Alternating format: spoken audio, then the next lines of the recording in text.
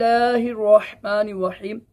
فرمان مصطفیٰ صلی اللہ تعالی علیہ وآلہ وسلم جو مجھ پر ایک بار درود شریف پڑھے گا اللہ تعالیٰ اس پر 10 رحمتیں بھیجتا ہے۔ صلو علی الحبیب۔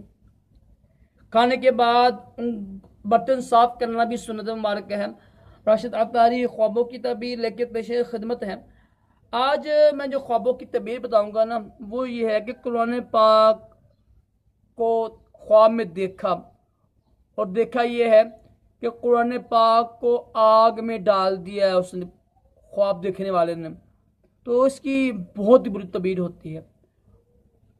قرآن پاک کو دیکھا خواب میں کہ اس کو آگ میں ڈال رہا ہے، تو اس کی تعبیر یہ ہوتی ہے کہ اس کے دین میں نا خرابی ہے، تو بے دین ہو جائے گا۔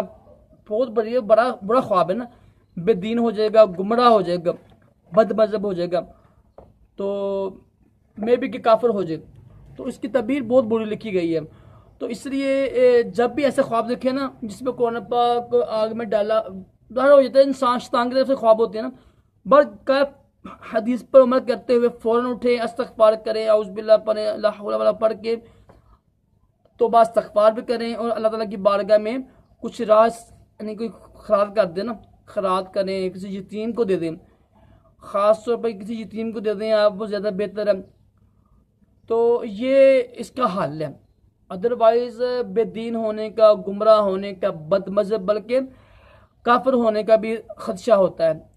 اللہ تعالیٰ ہمارا ایمان محفوظ رکھے، برے خوابوں سے محفوظ رکھے، دونوں جہانوں کی بلائیاں عطا کرے، اچھے اچھے خواب دکھائے، اور اپنے پیارے محبوب صلی اللہ علیہ وسلم کی خواب میں زیارت نصیب کریں۔